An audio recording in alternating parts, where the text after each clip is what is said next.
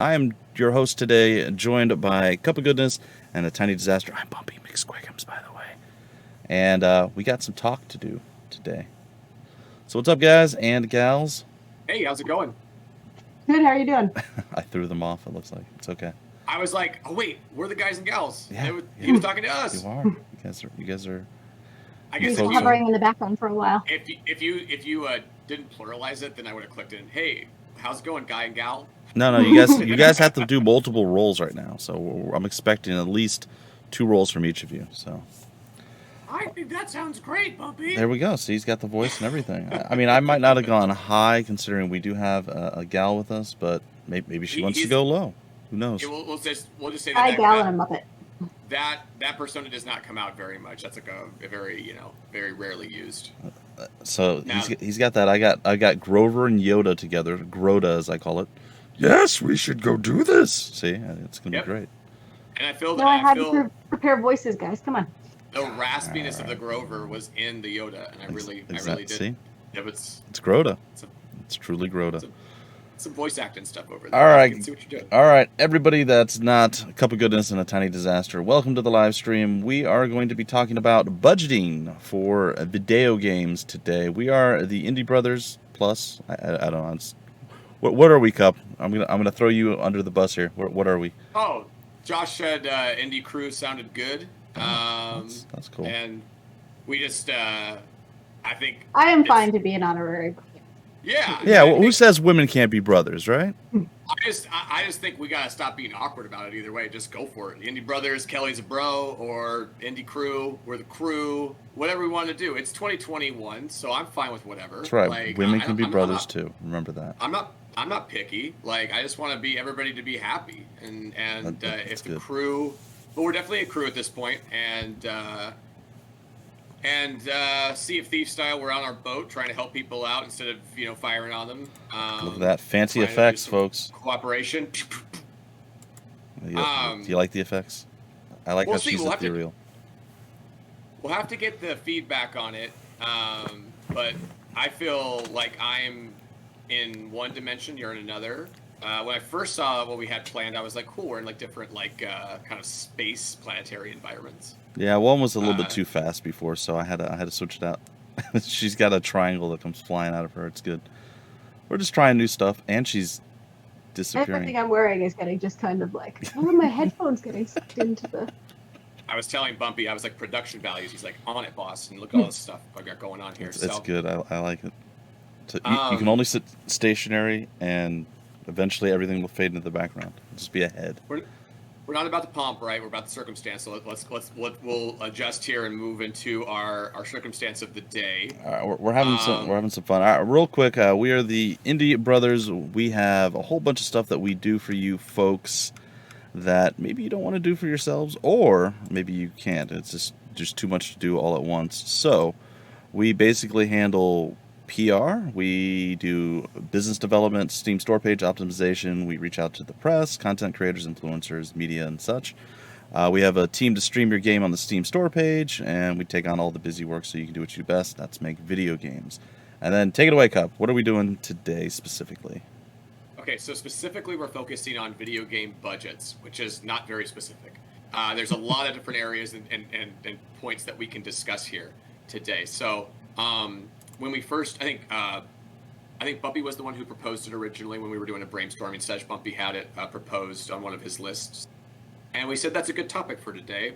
We did have last week. We did some initial dives into the Steam Store page optimizations, and there's more to get into there. But we didn't want to just continue down that road, and we steered towards this idea of covering game budgets. Now, this is a complicated subject because with indie game budgets, they vary from project to project. So what we're going to be talking about today is sort of a lot of the general best practices that we should be referring to. Some of the data that we're going to put out there may not be the exact numbers that you need to be referring to if you're thinking, this is what I want to do, and I don't necessarily apples to apples everything in terms of the data you hear. But we will look at like sort of indie game budgets. And maybe even if we have time, maybe like go over the differences between an indie game budget and a AAA budget. again, this is a topic that probably spans more than 90 minutes and that we can revisit at some point, or maybe go deeper into certain aspects of it. So today is sort of just a general, not a combing, but a moving through and a kind of overview of a few things that we're thinking about that would help up and coming developers in terms of what they need to keep in mind, and some of the like kind of, to be honest, harsh realities that they have to face and kind of stomach and understand to proceed into the realm of releasing a commercial game. Okay, so are we going to start with what different parts that you need to budget for? I mean, I think that would be like, before we really dive into how we're going to need to budget, maybe a listing, and I know it's going to vary from game to game and so on and so forth, Right. but a listing of just maybe the base essentials of what you're going to need, and then maybe some optional things. Because you've done Right. some of this stuff, both A Tiny Disaster and myself, not super knowledgeable in this realm here. Right, and I'm, a rung or two above you two, not leagues or anything like that. So this is something that I've gotten into recently, but I've never been sort of the steerer of the ship, but rather the, one of the crewmates on the ship over this kind of thing. Stop making pirate references. Cut. So getting into it, I think that there are different. Okay, no, I don't think there are different aspects that you have to kind of account for right off the bat. There's kind of two things that you can think about. We can dive right into the idea of programming, art and game design, management, having an engine license, sound, how your workstation setup, your software, your office expenses, your employees or contractors if you have those on. It is really like starting a business a lot of times when you're going to start a commercial game. You have to consider expenses that maybe you didn't even think about kind of when you were in the brainstorming dreamer phase of your conception, kind of conceptualizing the project itself. So it's also about like how your schedule is massively important to figure out as well, right? Because games generally take a long time to make, right? Because you run into I think there's an old adage that, or not an old adage, but someone on Twitter or something where I read somewhere that always stuck with me was games don't really want to be made. They really fight you at every turn, and developers that have released commercial games do that in spite of that, right? They push through. They struggle. They're stubborn. They're tirelessly pushing through, or in certain cases. Like in AAA, they throw waves and waves and waves of people at it, to kind of the Egyptian pyramid style or whatever. So, which I think was debunked. So never mind. But anyway, my point is that there are different aspects to think about here.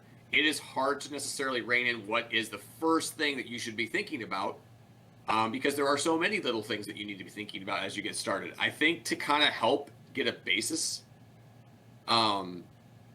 you have to start with, scope of your project. Basically, you have to research your butt off.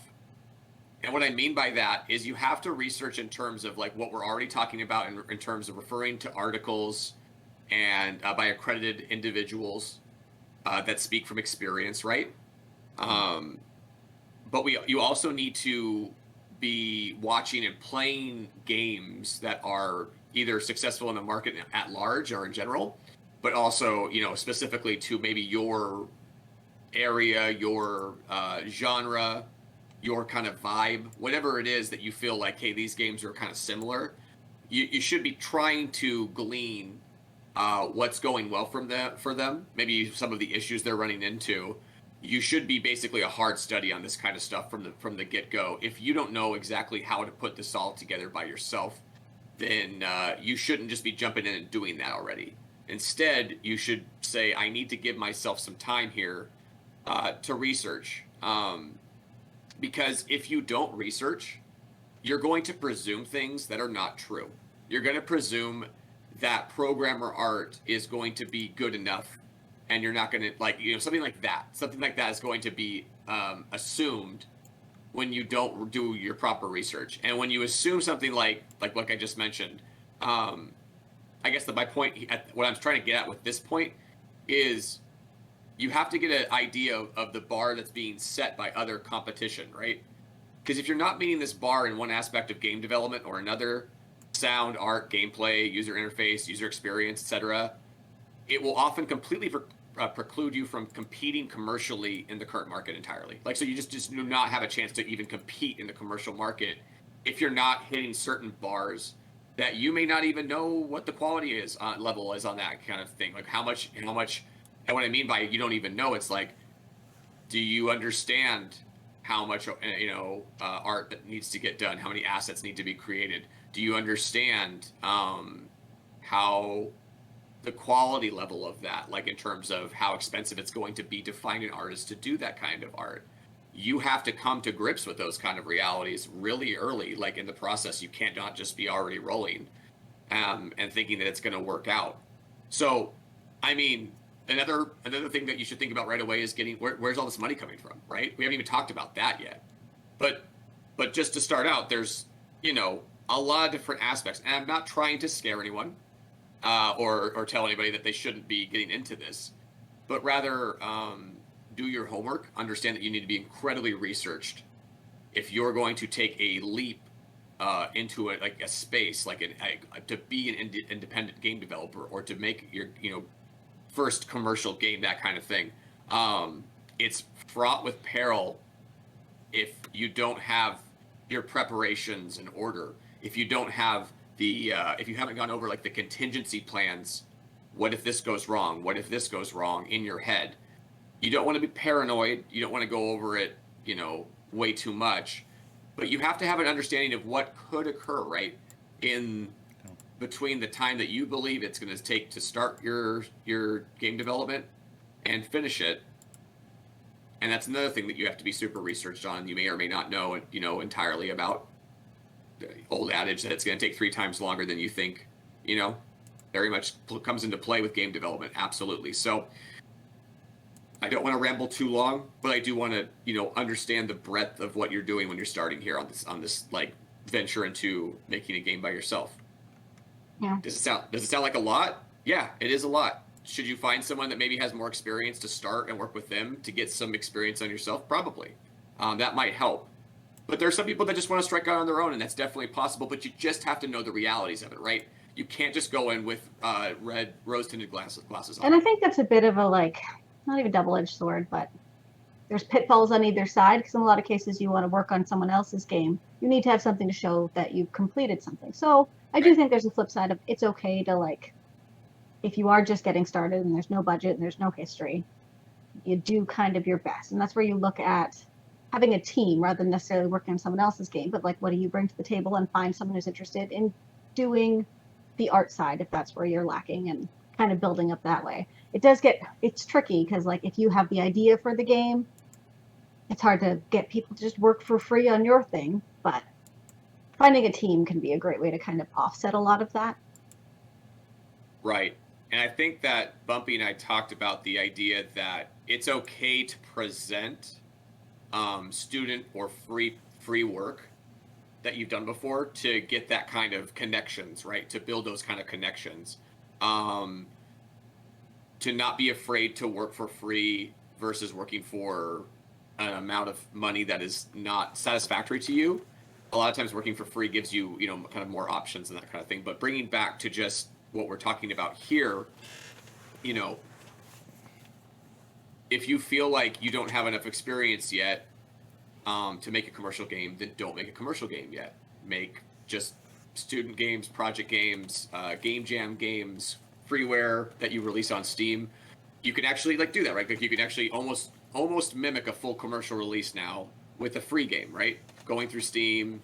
You're not going to necessarily hit the same algorithms that the premium games do on that store, but you can still you can get reviews, you can get feedback on a way higher level than you would get if you just released it, on a smaller site or just on your own website.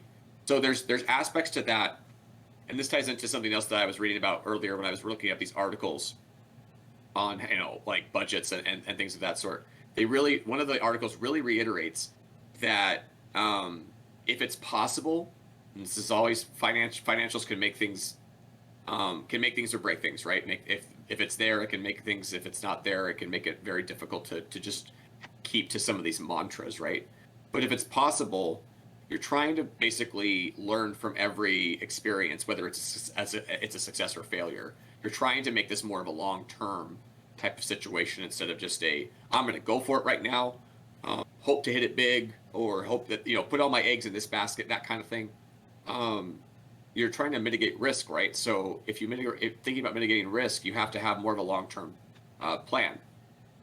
So I think we can go over this a little bit, but let's maybe start talking about like where you would find, or where maybe we should, or I don't know. What do you guys think? I think I'm feeling like naturally we should talk about where to get money. How would you, maybe you have money, that kind of stuff. Like how to play with that. What do y'all think? Financing might be a whole other conversation of like, you don't even know until you have a budget. You don't know how much money you need. So like working out what this actually costs. Because I did a little research as well, and there, even just like looking on Reddit and Quora and whatever, the scale of answers you get from, you can make an indie game for $1,000 versus it's going to cost you at least 50 grand a month. So let's get into some of the nuance of why that is. I think that's a good call, Kelly. And Bumpy, you were going to say something. Sorry, I didn't mean to cut you off. I remember hearing somebody, I don't remember if it was a AAA game or maybe just like a game from a publisher, maybe like AA or whatever they're considered. People were like, "Oh, you got 10 million in your Kickstarter," and they're like, well, "You can't finish the game or whatever," and $10 million. People are like, "That's like the baseline that you need for a game." I'm like, "What games have you been making? That's great, but I don't think that's a baseline for anything." So it's weird. It's just different for every game, right? Because just right off the bat, you could talk about like the 3D, like cutting edge, graphics and animations, CGI, all that kind of stuff. You're talking about millions and millions and millions of dollars that indies would very rarely get into most of the time. Yeah.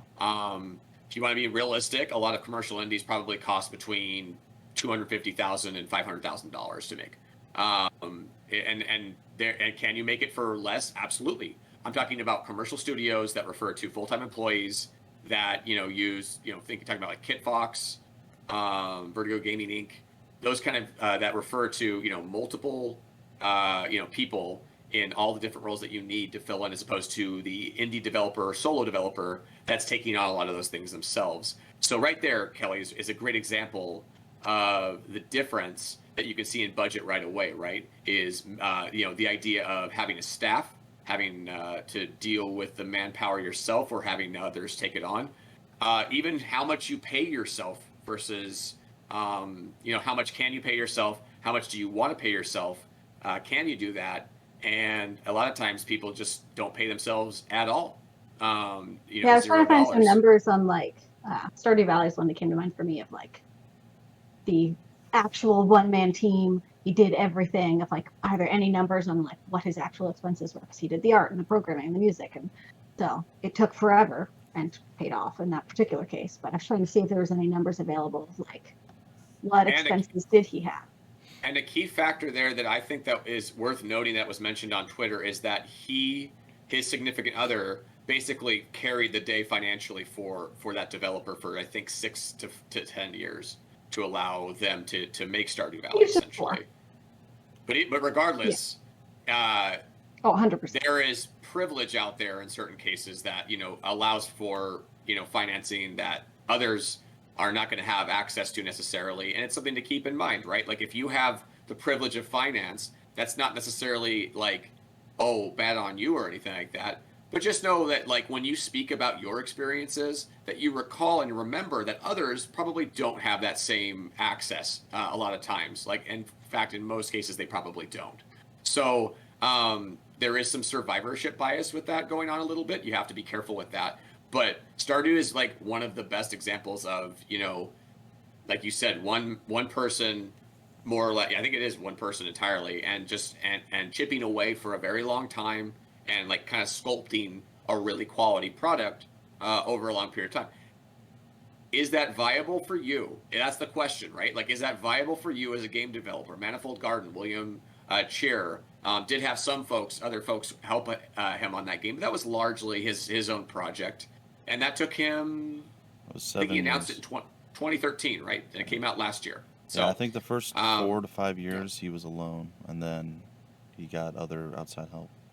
Right. I think it came out actually originally in 2019, but it came out, or for Epic, maybe it was 2020. I can't remember. It's years are weird now. But yeah. But my point is that it is a viable option, but it is also like you're taking a pretty big gamble on yourself, and you better be sure about that gamble. Stardew Valley and Manifold Garden, they still took gambles, but they had a lot of assurances as well. And some of those assurances were natural, and other assurances were sought out by them to make sure that they were mitigating their risk, if that makes sense. Again, another topic we could get into for an hour is risk mitigation in your indie game studio. How to try to cover your finances without even selling one copy of your game seems to be a very popular approach to being an indie game studio these days. And why not? Right? Like, why not take out all of the risk if you can by doing an Xbox Game Pass deal or an Apple Arcade deal or something like that, where they give you a big 6-figure or possibly larger sum that you can just say that right there, that covers development. Whatever happens now is sort of icing on the cake. Now, mind you, you do those deals, there are trade-offs, right? There are trade-offs to making those deals in terms of exclusivity, in terms of what you get paid after the fact, etc. So, yeah, again, there's a lot to talk about there. Probably not enough time to get into that too much today. Yeah. So let's get back on topic. What do y'all think based on what we talked about so far? Where are we heading to next, or what? Any questions you have based on what we've talked about so far? It's such a broad topic. Like Totally. It's not only like there's no one size fit all. Of like every single situation is going to be dramatically different, which is why it can be so hard as someone who's either just starting out or like moving from working in a studio to trying to do their own thing to figure out like, what is this gonna cost? How do I do it? And it's tricky, but so you're kind of looking at, there's no advice we could just be like, this is where it is. But yeah, I mean, again, I think that the like hard sure advice is, if you don't know, go find out. Through experience, through research. Don't just stand on the sidelines and look in, but actually try to get involved in things if you can. Are there any things you've seen as like common pitfalls or like hidden expenses that aren't generally considered? Sure. Time, schedule. That's the big thing for me. I just think that it's so hard to predict how long it's actually going to take for you to get your game done with or without, a staff or contractors, etc. I think that that's one of the hardest things to do in game development. I think the smart, really, really wise individuals in our corner of the industry really understand that whatever they think, they need to be adding on a lot of extra time onto whatever they think it's going to take. And if it doesn't take that long, great. But it usually does, if that makes sense. Like, so if they say, okay, I think we can make December, we're going to then budget out to July of the following year. That's just a very smart move to cover your bases, right? Because you're going to get to December and like at probably 75% of the time in game development, it's not going to be where you want it to be. And the pitfall there is, it can be for different reasons, right? Maybe someone got sick on the team or had to get shuffled out and needed to shuffle in new folks. That's a ton of time in terms of how much that takes to get a new person in, to get them coached up on the project, and the way to replace them. Perhaps there was a big pivot in the game design or even the mechanical elements of the game, or art or sound. All of those things could see pivots that would then extend, not like, exponentially, but it will add month, 2 months, 3 months onto the situation based on things that maybe what they're called in. I was so glad I attended this talk, because the one thing I pulled from it that I really loved was you have to know your known knowns, your known unknowns, and then prepare for your unknown unknowns. So known knowns are things that you absolutely know about from the start, that you have data on, that kind of stuff. The known unknowns are, I bet you this kind of stuff could happen to us. We don't know for sure, but it could, and we know about it, so let's prepare for it. And the unknown unknowns are, who knows what's going to happen, and anything could happen, and it might come up, and we better be prepared to deal with those unknown unknowns. That was basically my very rudimentary understanding of that like point when you're getting into developing a full game. That's also like important for like a game marketing plan as well. Know your known knowns, your known unknowns, and your unknown unknowns. But what about the law knowns? Yeah, know your law unknowns as well. So your poor voice. You're doing your best. That's just tough though. Like that's a lot of words there. Lots of knowns and unknowns.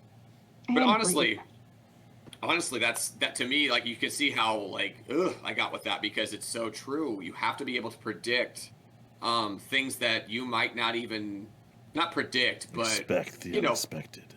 Plan for, right? And plan for it. That's because like for a lot of people who are very much just at the beginning of this journey and don't have any of the experience of like letting time be a giant question mark at the beginning of like get started before you announce anything, see how it's going, use that information to help you suss out further, figure out what things are costing you. Getting started before you make that like 3-year plan could go a long way. Like you even see it in the bigger studios. Like some games get started and just don't get finished of like it's too expensive, it's not going to pay off. So like it doesn't need to be this grand jump out of the gate of like this is it, this is where I'm going to make it. Like giving yourself that time before you like schedule. Right, and then understanding what it means to embark on that schedule for you as an individual as well as your team. It's worth considering if you're going to do this solo or if you're going to bring in people and ask them to work hard for fair pay, all that kind of stuff. You understand this ties back into one of the topics that Bumpy and I've talked about in the past. You don't want to push your schedule super hard for either yourself or for your team to where you're going to burn yourself or individuals out on your team, or burn out individuals on yourself or individuals on your team, because you're not going to have this same productive months 3 or 4 months in advance or after you start that very intense schedule. Think Oregon Trail when you set your wagon for like a robust pace, whatever it's called, or I can't remember. It's like a brisk. I can't remember the word, but it often leads to more injury, more fallout with the individuals on the wagon, and that's the same. You have to have the same approach here. So it's very similar to what I saw a lot in the publishing world of like when you're first getting started on a book and you're excited about the idea. You're going at the fastest pace you're going to, and you feel like I can do this forever. I'm going to plan out my schedule based on this pace because I feel good. Right. And eventually, it will not feel good. Right. Yeah. You have to pace yourself based on that because, and especially because I'm sure the same in the publishing world, you're going to have to release a commercial product at some point. And if you're like horribly burnt out, that is not going to be conducive to you being able to support that product's launch, right? Like you cannot back up that product's launch by doing interviews, extra, there's going to be extra opportunities. I think we've talked about this before, Bumpy, as well. Extra opportunities all over the board, right, during a launch that will come up that maybe just sort of come up randomly that, or sort of like a small window of time, a partner shows interest, heading into your launch. If you're too tired or too busy because one of the problems is often you're too tired. Another problem is you're trying to meet a deadline that you shouldn't be trying to make. You should be pushing back, and you're trying to, get everything done in time. And that's going to cause you, if you're not burnt out already, to burn out during release. And prior to that, you're going to be going such a mile a minute that you're not going to be, taking in the conversations and listening to the folks that maybe you could be, in terms of potential partners that could be helping out your game. And you're missing out on that, and you're costing your launch because of that. So scheduling out your how you're going to work and being realistic about that, giving yourself time off, days off, making sure that you're not working 14-hour days. If that's you and you want to do that every once in a while, that's fine. I think doing that super consistently as a human is a bad choice overall. Again, I don't want to try to speak for anybody. Everybody's different, right? But unless you're some kind of superhuman on that form where you just can do that a lot, and that you've been through that, your body, your brain in such a way that you could do that. That's a really exception to the rule, right? Otherwise, keep a really,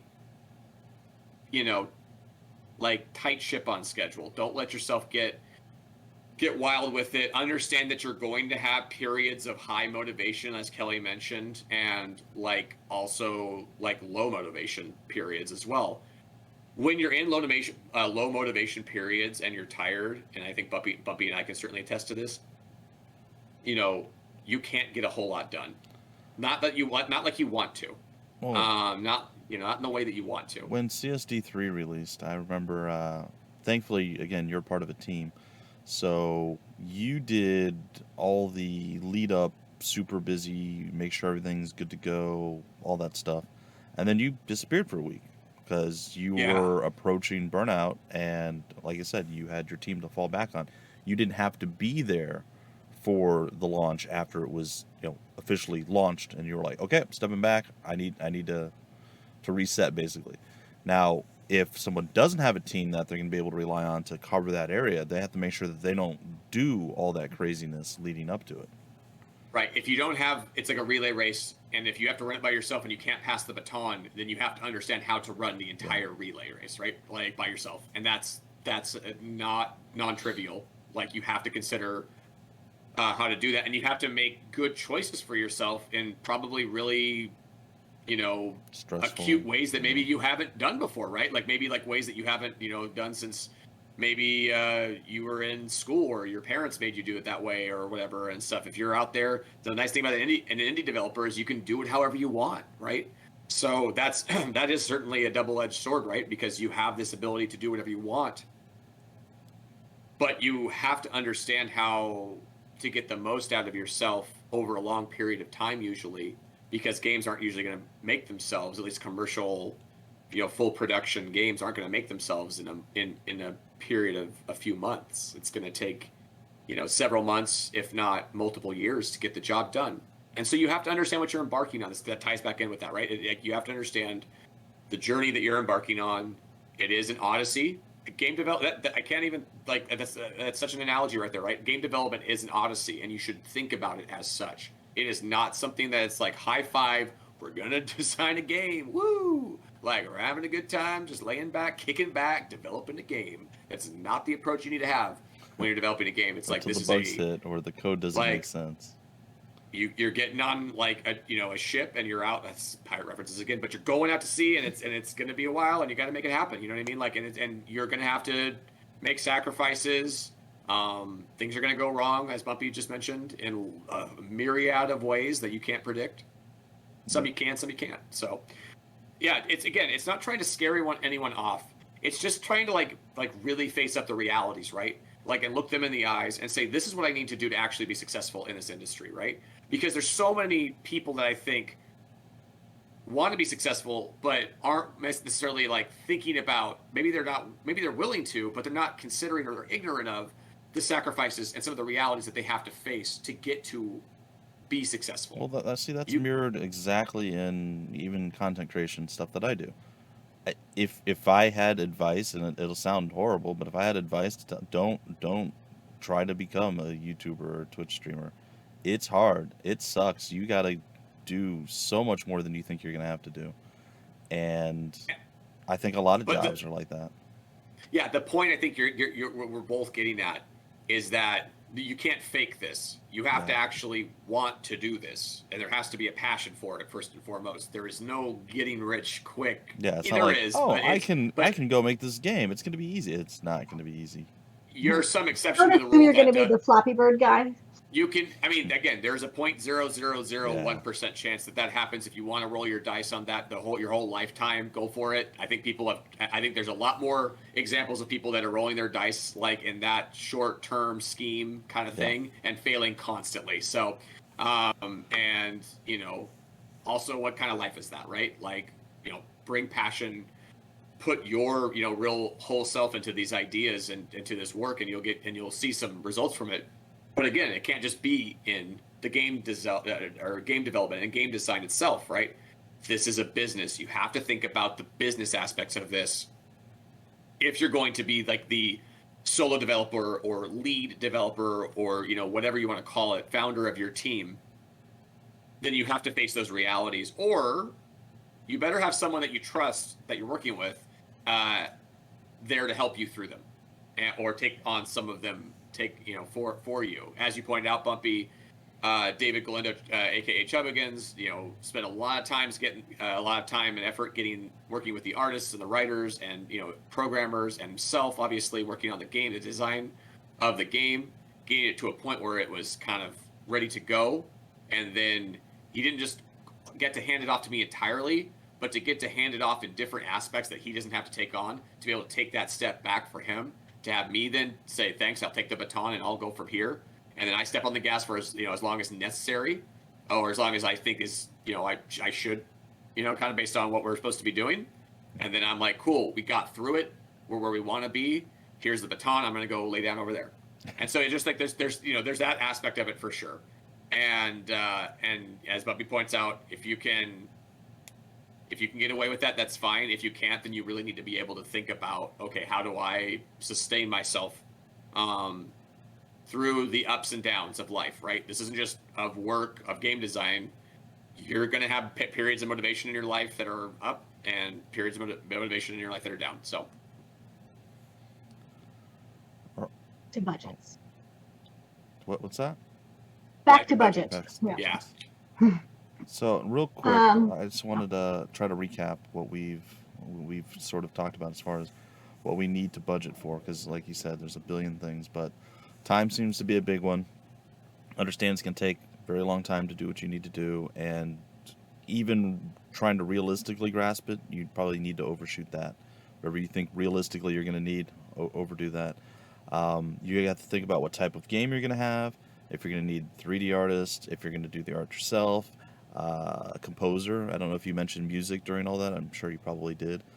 Music is another big part of it. Are you going to use, there's a lot of free assets out there, but a lot of people, whether they're right or wrong, just get angry when people reuse assets from other things, like RPG Maker, for instance. People get super mad. Oh, you're just using base assets. For a lot of people, it doesn't matter. They want to enjoy a new story or a new tale, but you have to decide what you want to do and how you're going to do it. So you have art, you have the style of game, whether you need a team or not, whether you need a building or not, and again, you're going to have the budget for time. How long is it going to take you to do that? I think those are like the very basics. Is there anything else that's like super, super basic that I missed? Art, music, programming. And then I'm looking at it from like, say you just want to design a game. You're a team of one right now, and you're going to just kind of hire out things. So I'm guessing that is the most common scenario of like, most people aren't watching thinking, oh, I'm going to start a studio, have $250,000 to hire people. Yeah. So if you have a game you want to make, what are the different pieces that like you can find someone to do freelance, or if you're not going to be able to bring someone on as staff? Yeah, so if you're the programmer, that's great. If you're the writer, you could even be a writer and just want to get a game, and you can hire all the other components. So it really depends. All right, what are we going to move into now, Senor Cupogoodness? So I just pasted a couple links there. That's the bottom one I should have pasted first, so ignore that top one. But this has a little bit, it's a nice article from Gama Sutra, budgeting and scheduling your game. Just a couple pieces anecdotes I wanted to pull. A game budget usually breaks down into two parts: one-time costs and recurring costs. Yeah. One-time costs are for equipment, software, certain contractors, and down payments. Recurring costs, salaries, taxes, insurance, and rents. Once you have defined the following, you can start the spreadsheet. The level of your budgeting spreadsheet.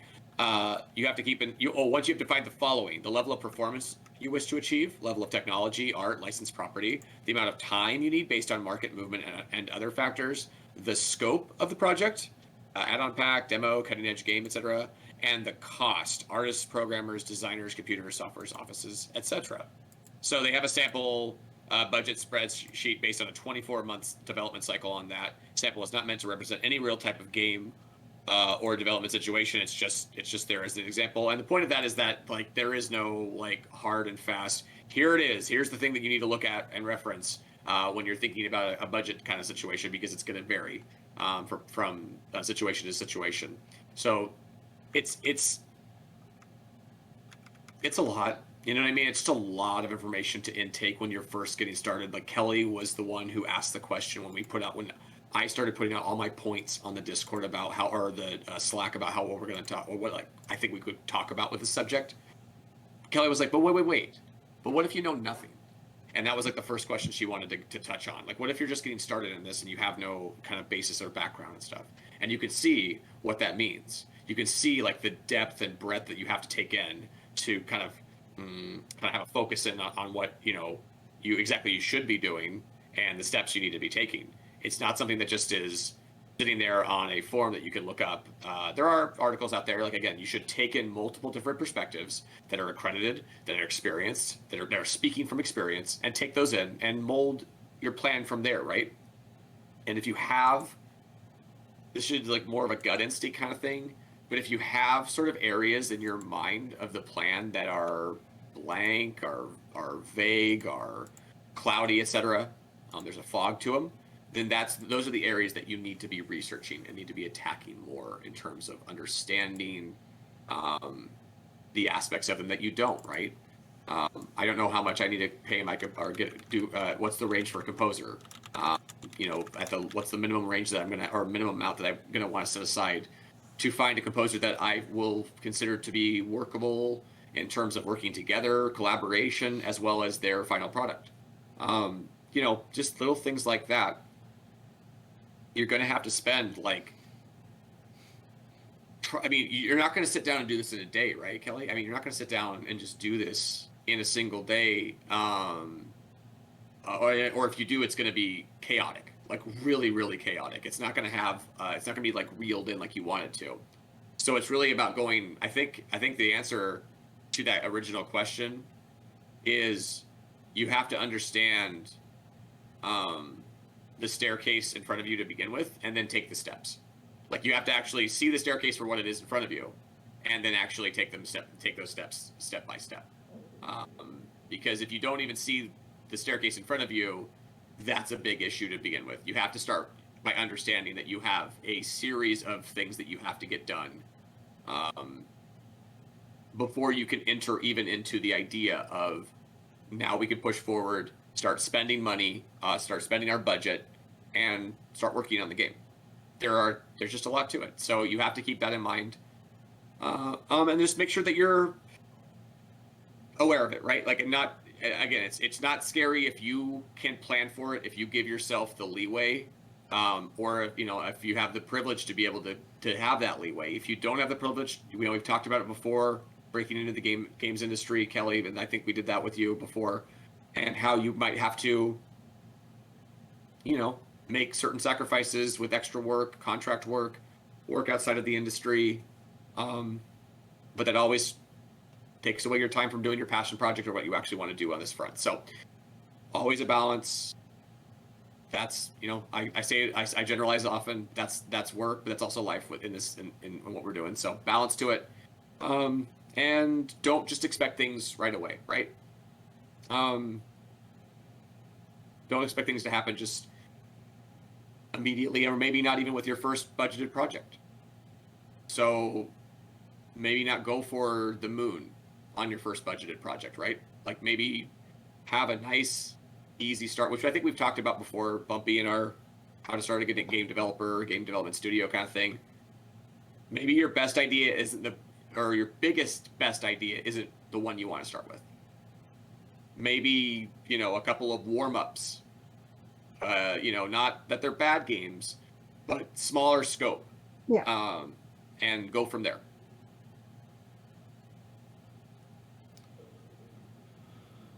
Okay, Tiny Disaster.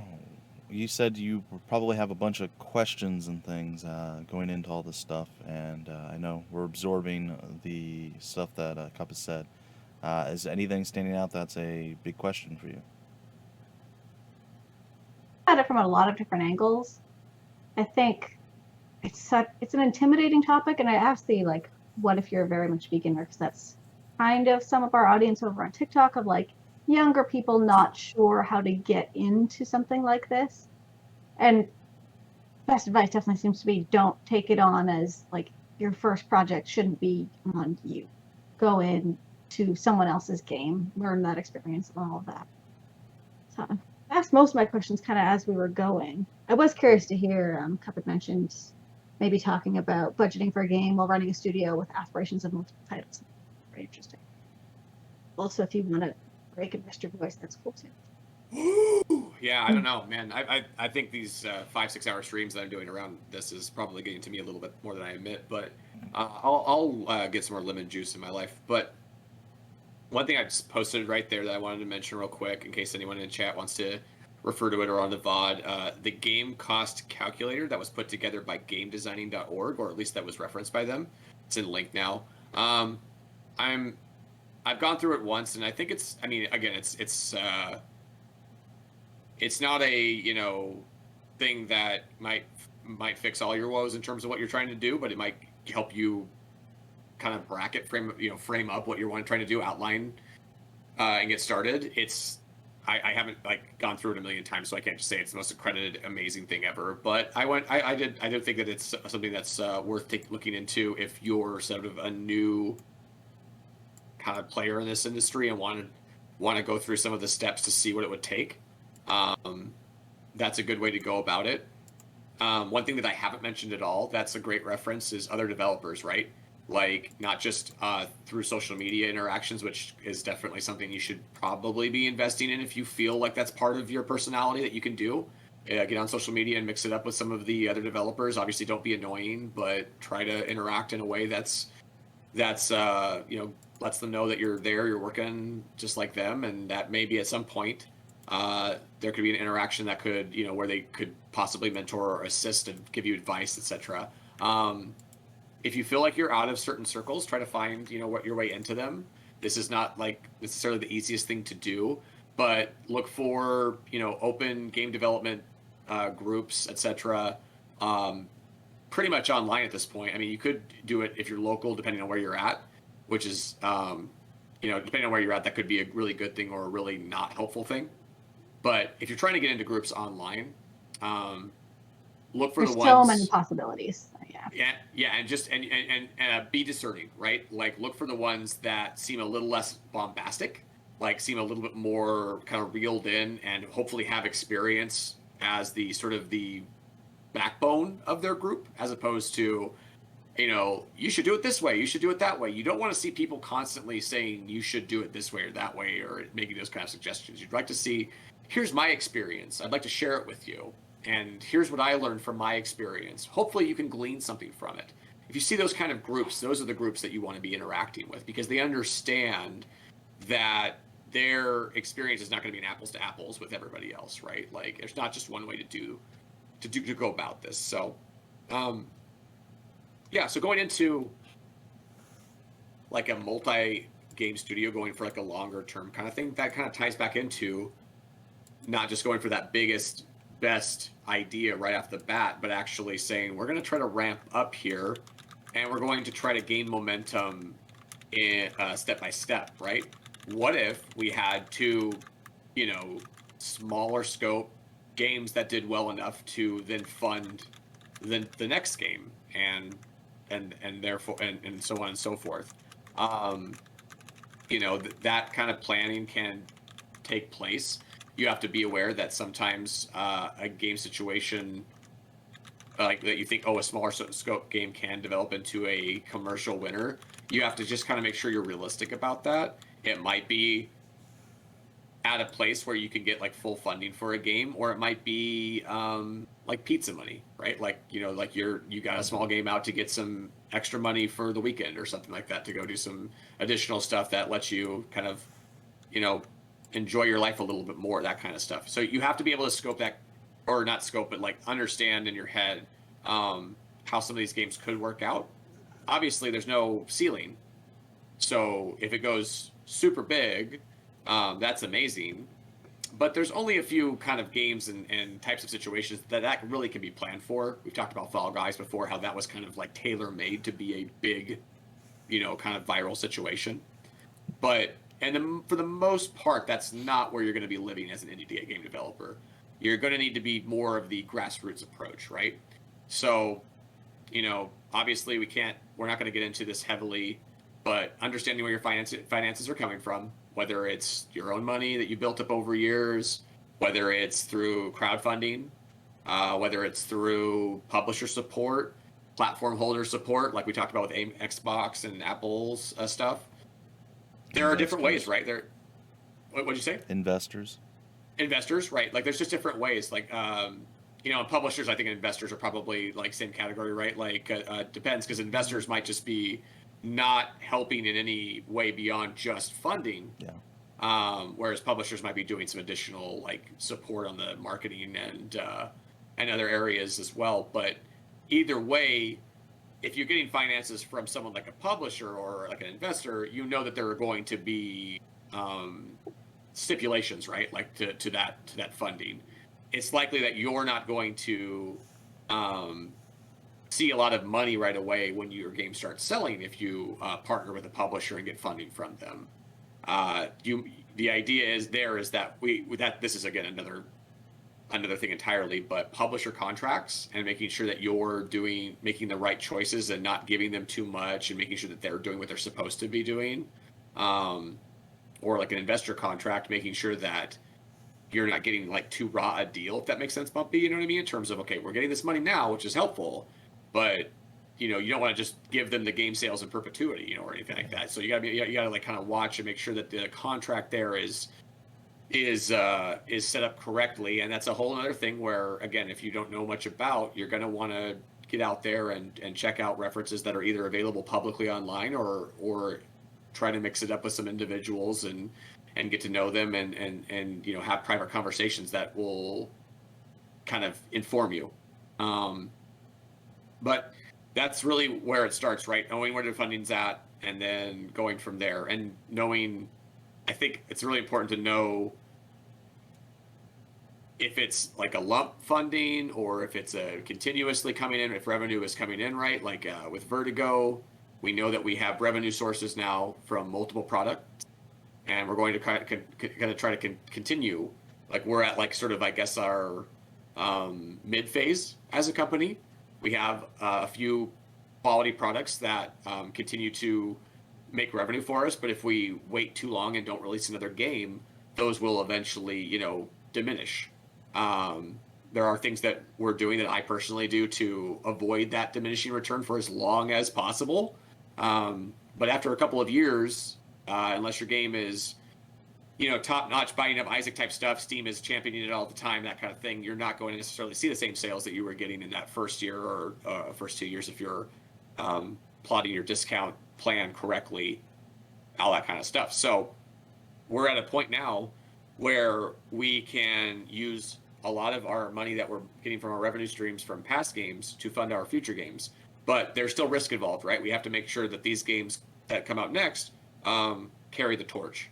Because there is a point, again, where Cook Serve Delicious 1, at some point in the last 5 years, probably longer than that actually at this point, slowed to a point where if Cook Serve Delicious 2 and 3 didn't come out, then there wouldn't be enough revenue for Vertigo to continue it forward, even as potentially a solo developer. It probably could, but it would be a more difficult situation. So with that specific example in mind, it's just about, for us, seeing, that works for us, right? Like, we're using our current products as revenue builders, and then we're going forward from there.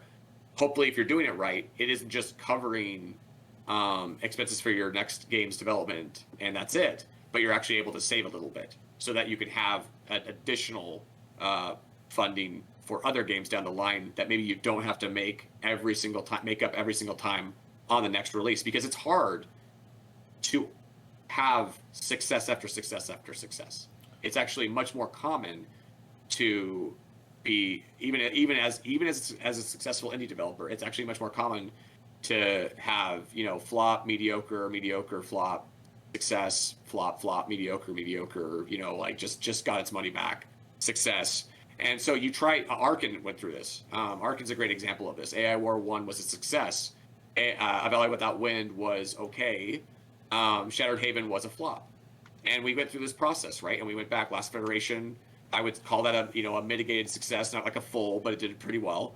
And then I think Skyward Collapse was a flop, or maybe like again like just did okay and stuff. So you have to be able to get through those bumps in the road, understand that not every one of your releases is going to be successful, and then with the budget in mind, Kelly, like we're supposed to be focusing on, like with the multiple game aspect, are you doing one at a time? Are you doing multiple at a time? And think about the budget or the stress of the budget, that stress on the budget that's going to take by doing like, 2 games at the same time, essentially condensing schedules or putting 2 schedules together on top of each other, then the budget's probably going to double, right? Like, or it could be even more than that. Like, but theoretically, at least it's going to double by the amount of manpower that you're asking to be putting in from the teams, all that kind of stuff for the 2 different games. And that might not be the same development time and schedule for either game, but it's something to keep in mind. So it's just that's if you're doing that's like at the you've established yourself kind of tier, right? Like you have products that are out there already. If you don't have those already, then where's the money coming from? You have to be able to answer that question, and just saying, oh, I'm new, no one knows about me, I'm going to try to just get a Kickstarter started,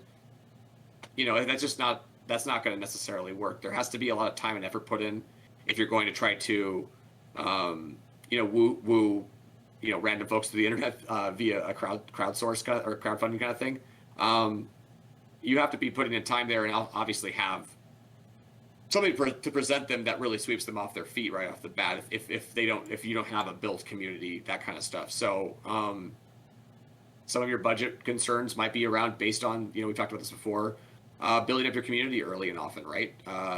If you have your community built up from the get-go, that can tie into what kind of budget you can work with, like in pre-release even, selling your alphas, having pre-order offers, that kind of thing can add to it, because you might be one of those PC developers, right, Bumpy, where you start developing a game and saying, well, I only have this much money, so I'm just going to start going, and then people go, oh, that's cool, like I'll invest in that, or I'll pay for that now, that kind of stuff, and then all of a sudden you start selling copies of that game in early access or pre-release, and suddenly you have more money than you thought in terms of your budget. RimWorld do that essentially? Yeah, exactly that. Yep. So there are ways to go about this where you're mitigating your risk, where you're not just saying, okay, let's just try to pull together $200,000 and just go for it. You know what I mean? Like, I mean, that is a way, and that can work, but you have to have some confidence in terms of how you're going to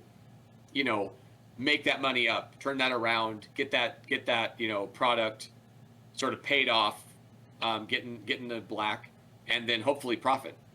From there, make profits, and that people can benefit from if they have like revenue share in the game and such, and people can continue to be happy. And if they're part of the company and everybody's not just freelance and such, then maybe you can move on to the next game together in a really, really positive, solid way based on that. So yeah, it was one of the things I wanted to touch on was if you are part of a studio, you get to the point where you are trying to make multiple games.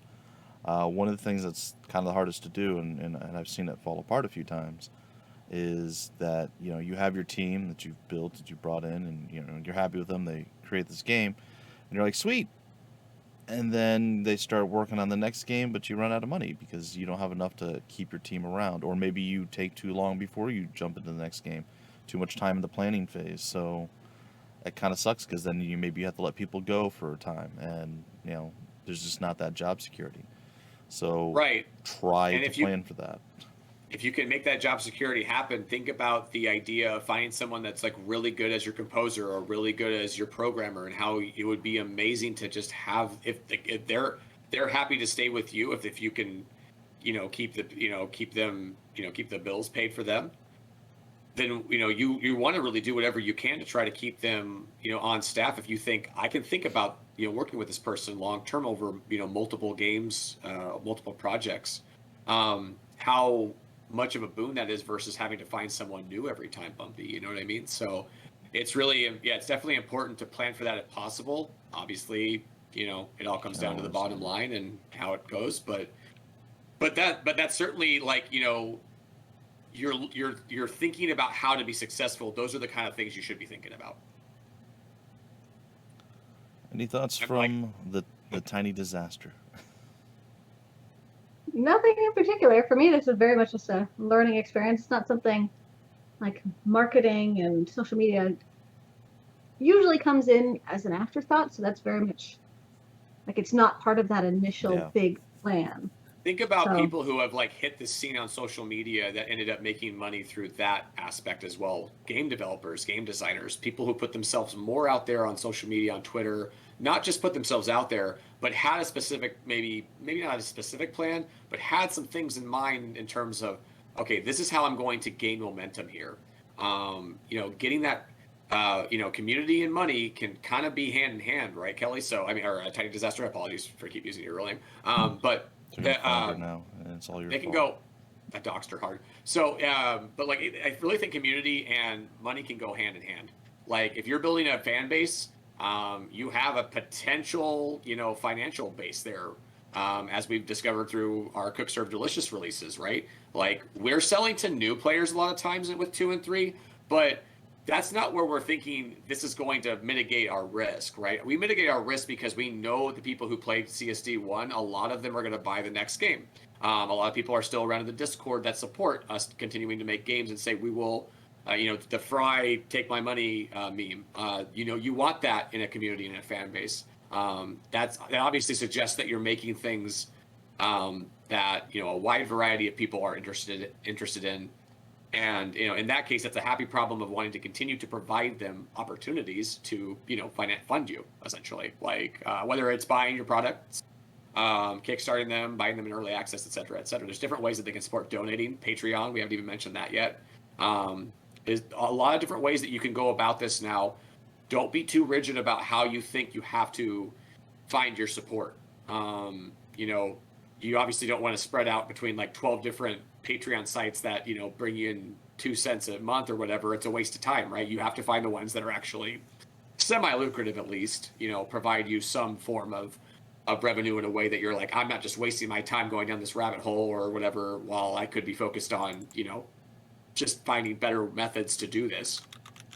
So, if Patreon's not working, don't just spend a lot of time on your Patreon page or whatever. But I know several developers that, that Patreon contributes significantly to their bottom line, right? Like that makes a difference for them. And it might just maybe it's not significantly, maybe it is just pizza money, but that's significant enough to them, right? Like, so something to keep in mind is the different kinds of approaches you can take. Remember that the world doesn't want to give back to you until you give to it. So why would I donate to you unless you actually are putting content and things out there that I actually like I'm just awesome with myself. So something to keep in mind there, I think, is don't just throw out donate buttons and buy things from me right away if you don't have anything of substance to back that up, kind of with. Yeah, keep that in mind. If they're donating to you, you should be giving them something too, whether that's just beautiful pre-release stuff for them to gaze at, or if it's actual playable content. It depends on what you're doing. So it's different for every situation, as we've said ad nauseum here on every episode for the last, 1,000 episodes. We've only done 20, but like yourself, but feels like that. Like, that's just like you come back to certain things over and over again. And that's certainly one of these things that we want to reiterate on this show, is that every time when we talk about something specific, we don't want to think that that's some monolithic, gotta follow it this way kind of thing. Right. It's just not the truth. It's not the truth. It never has been, never will be. So. All right. So, Tiny Disaster, do you have some nugget of wisdom for us social media Neanderthals for this week? I'm going to ask one more question just on this topic, Sure. somewhat because I've had something I want to talk about on social media. I've lost a little bit, but I do think there's going to be room to delve deeper into this in the future, but also because I think it'll make an interesting TikTok. Do we want to rapid fire just kind of some of the options? We've covered all of them a little bit, but what your funding options might be. So from the full on bootstrapping to Patreon to Kickstarter, and what kind of situation each one might be good for. Right. Sure. So let's talk about that, right? So if you're a solo developer and you're considering developing your first game, and you've worked a lot and you've I'm on right now. So sorry. Let me keep talking. I'll talk to you about 5-10 minutes. Apologies, y'all. So if you're a solo developer and you don't have, or you do have like 5-10 years of full-time, whatever job money in the bank, if you can self-fund, right, like that, and you have that ability, that takes away a lot of complications, right? Like that takes out the idea of Kickstarter has complications, publishers, investors, we've already talked about, has complications. Kickstarter in terms of like Kickstarter is like you make mistakes by saying, oh, we'll do these physical products and things like that. Don't do that. That's going to cost you so much of your extra time and effort that you want to be spending on the actual product that they're funding, right? So the most you want to do on like Kickstarter is game codes, but that's still a complication, right? You still have to make sure that those get mailed out when they come out, all that kind of stuff. There's different aspects to that. Obviously, Kickstarter coming up with a Kickstarter page is almost like we could do like the same thing we did last week with Steam Store page, right? We could do an hour on coming up with a compelling Kickstarter page, and that takes a lot of effort. So again, if you could self-fund right off the bat, if you have the ability to self-fund, that is top option, I think, to me, because you then have so much more control and over everything that you're trying to do, and you also have less commitments, things that work that you're going to have to do down the line to make up for, getting money from some other source. So that's something to keep in mind. But obviously, that's not going to be the case for everybody. Cup, We're not going to just have you lost the plot. She said, rapid fire. So we've talked about this stuff. So self funding. You have investors. You have what is it? I just want to make sure that we're saying the right situation for each, because that was the one thing that we want to hit. We know all those immediate topics, but what's the right situation? So investors and publishers, that's a situation where you don't have the money for it. You're needing maybe like $100,000 maybe and you've gone through the budget process. You see it. You've maybe this isn't your first rodeo would be a good thing. Yeah, having something to bring to people to show that you're a worthwhile investment of like, look, I've done this before. It's a smaller scale, but giving them something of. You're happy to put together a really awesome pitch deck. Like that's kind of like where you want to be. I think if you're going to be going to investors and publishers, if you're just kind of like, I don't know, then no, like don't be approaching people. You want to be very clear with that kind of thing. Kickstarter can be, similar to investors, publishers. You got to have that kind of that meat to show, but it's less about the potential of the financial results as it is the potential of the game itself. Kickstarter, potential of the game itself, investors, publishers, potential of the financial, payoff. So you have to understand when you're talking to investors and publishers, talk to them in the right way.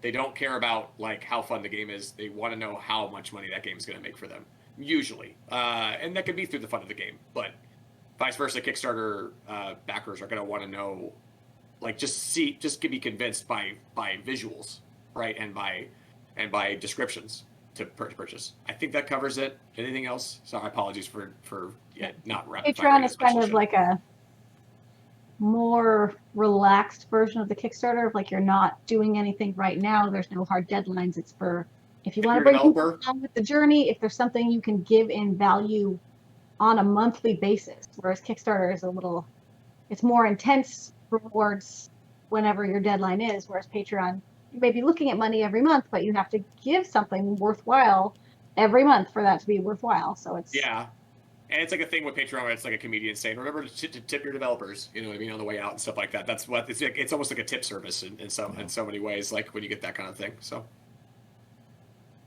I think that covers it, although there are probably other methods, of course, but those are the main ones that come to mind, like the fundamental ones that come to mind. And you just got to see what kind of situation you're in. If you want to go big, and you don't have the money to do that, then you're going to have to find some sort of publisher, investor, platform partner, etc. And you're going to have to work with them and what they're going to ask you to do to make that situation work if you convince them in the first place. All right. Of what I was going to say on social media. If you're in that middle place where you know what you want to do and don't have the money, and it's the kind of thing you cannot do by yourself, And also kind of what we were talking about earlier of like using communities to learn and all that. Social media can be such a great tool for finding your teams, for getting your name out there as someone who's looking to get experience in the industry, for showing a portfolio piece almost of like, oh, here's kind of what I'm doing, and letting people know on a regular basis you want to get involved with projects or you're looking for help on your project. So social media could be a really great way to kind of bridge some of these gaps. Because I know for me, jumping into a Discord server, or I don't know anybody and there's all these conversations going on, I just don't feel like I get lost in the shuffle kind of thing. Where social media can be such a great way to show people what you're doing, what you're working on, get them excited.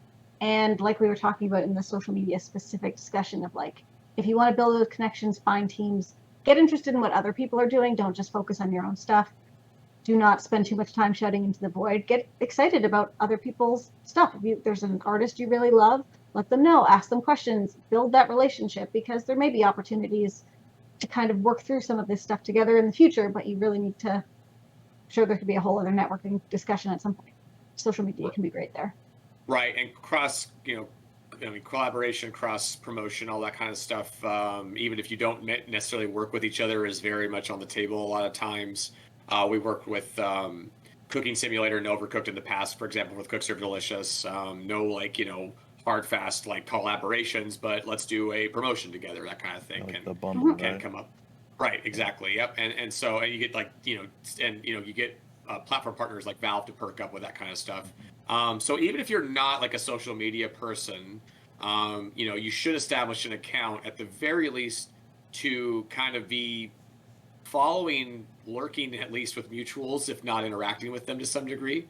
And that will put you in a kind of a space of a little bit, where you're feeling a little sharper in terms of, I understand what I need to be doing to get to, point A to point B, wherever it is, or whatever it is you were trying to tackle with. And you never know. Even figuring out what point B is can be a good place to start. And you never know what's going to inspire you. So if you have somebody who's doing stuff that's at least similar to what your vision or your goal is, you're like, oh, I never thought of that. That's actually a good idea. How could I apply that to my game? Again, you're not directly stealing, but you can get inspired by, and the idea intrigues you, and you can do it your own way. So and I'll add, and I'll add that I never felt like a social media person when I started. But if you do it for a while, you start to just pick up things. Like you'll start to say, this is how you get this done, get likes, that kind of stuff. And then it's whether or not you want to entertain actually doing it. I get that. But when you're talking about your livelihood, your finances, that kind of thing, it shouldn't be a pride thing that gets in your way from doing certain kind of promotions. You shouldn't be overly concerned about being ad nauseum during times where you need to be, hitting social medias a lot, that kind of stuff, about during launch time, all that kind of stuff. So it's just something that I think, even if you don't feel like doing it, get it set up, get it started, and just kind of go about it in however way you want to start. And hopefully you'll start kind of taking things in and kind of learning from there, because it was foreign to me to understand just how to do Twitter the right way right away. But, years and years of watching it, it's very clear to me now. Good place to start. It's a good way to stay on top of what's happening in the industry, who is in the industry, what different people are doing, what projects are happening, what's being popular. And then even if you still don't want to post your own stuff, you just responding to other people and building relationships that way. It's probably faster to do it that way than to post your own stuff and wait for other people to say, wow, you said something interesting. So go find the interesting people that you are excited to work with and talk to them. And It doesn't need to be putting your whole life out there on social media in order to make good use of it. Totally. All right, Cupogoodness, what is new at Indie Bros? Oh, I was totally ready to do this segment. Yes, and thank you for your insight at Tiny Disaster. Always appreciate it for the social media moment. It totally sucks because we had something going out today that's now going out tomorrow because there was a Nintendo Direct, or excuse me, a Nintendo Indie World today. So us competing with that was a big no-no. We found out 24 hours before because Nintendo announced it. Nintendo announced it, Tuesday or yesterday, and then today they had it. Congratulations to Boyfriend Dungeon for getting its shadow drop today on Xbox Game Pass and Nintendo Switch by Kitfox Games. and Axiom Verge 2 out of nowhere as well. Wow. I had no clue that was in the works, and I'm so glad that we're not competing with them today. So we're laying low today for our big announcement. Although I guess we'll have to touch that on Wednesday, next Wednesday I should say, for that one. Let's see what else. I can look at a couple of my references here to see if I think we had one go out here. Yeah, so Yes. we do have a new update for Space Station Tycoon that went out today. Yep. Station I remember seeing that.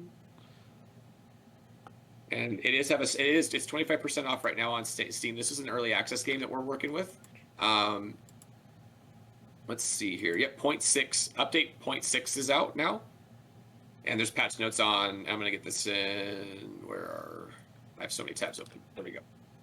And the specific announcement we made, not just the update, the early access update, but we actually had a call to action in terms of release, and that was launching Q1 2022. So they've reeled in their release window from 2022 to Q1 2022, so it'll be out by March of next year. And let's see, the new the new major early access for Space Station Tycoon adds, let's see. I wrote this press release last week, so I apologize. I've had multiple press releases in between this, so I'm like, don't say other updates of other games here. Space Station Tycoon version 0.6 update brings about a number of new additions as well, including new civilian missions, repair drones, station security assessments, machine gun defense turrets, escape pods, raiders, and galactic shrines. So galactic shrines, Bumpy. Galactic shrines. I also noticed a small error in the press release. Me too. I just saw that too. Yeah, okay, all right. Yeah. Oh my gosh. Oh, that so sucks. frustrating. Yeah, it happens. It does. I was like, oh no, crap. I can't click on that. Yeah. Yeah, it happens. Yeah. Well, and then and for that kind of thing, we've talked about this before. It's like, we're not gonna Yeah. issue a re-release on that kind of thing because and again, they'll find it. Those who want it will find it. That's something that they'll find through the store page. What we're talking about is a link did not get placed where that's where we're supposed to. So that is something that normally we'll have more editing teams on. We are definitely in that phase right now where we've had a couple of people that are not available, and like the PR is like it's a lot of stuff going on right now. So I will thank you. That's actually good, and it's live on Twitch, so that will really hit me in the heart and make sure that we sanity check here moving forward and stuff, because I'm like, what? I saw that at the exact same time you did. Yeah, I was like, ooh, dang. Call it out, man. We gotta hold ourselves accountable. So you can't just be like, oh no, talk about that later. By the way, way, that don't work. There was a typo in question 3. No, I'm kidding. Right. No, it happens. I mean, and that's something that again you just want to make sure that you if you don't get right, you get it right the next time, kind of thing. But try to get it right the first time if you can. Other than that, I think that's basically it. We've had some movement on a couple of contracts, but again, nothing that we can really outwardly talk about. This segment is lame because I often will have to just go that route of saying, oh, we don't really have anything to talk about quite yet. We do have an announcement on what is next Wednesday? That is the 18th. The 18th. Yeah. Okay. So we have an announcement on the 17th that we'll be able to talk about, and we have the announcement tomorrow we'll be able to talk about next week. And those are two notable things. So I can at least tease a little bit with, in addition to the Space Station Tycoon release. He's gone full Forrest Gump on us. Spice. We'll go to space together in Mega Station, or actually just continue monitoring. And I don't know. I'm out of water. I'm out of gas. He's dying. Feels like a good time to wrap up. All right, ladies and gentlemen, that was. It's like all I have left. Sadly, what he's double fist drinking now. That was sadly left. That was sadly all we had for our What's New at the Indie Bros this week. But next week we'll be back, same bat time, same bat station, as they say. No idea what the topic will be just yet, and I have discussions I want to talk with you two about. Maybe bringing in someone if they're available for a guest star. Ooh. So we'll see. But that might not be next week. That might be further down the road. Either way, folks, thanks for stopping in. Hopefully we gave you some information that could help you at least get started or have some rough idea of exactly what you're getting into when it comes to budgeting for a game and all the things that you're going to have to think about with that. A little bit of social media wisdom and, well, again, what we have going on right now that we can talk about at the Indie Brothers. Any final thoughts, guy and gal? See, I dropped the S. Doesn't sound as good. It means us. I've thought it out. I think we're good. Thought it out. And it's been a blast as always. All right, folks. Thanks for joining me, and well, we'll see you guys all next week. Take care.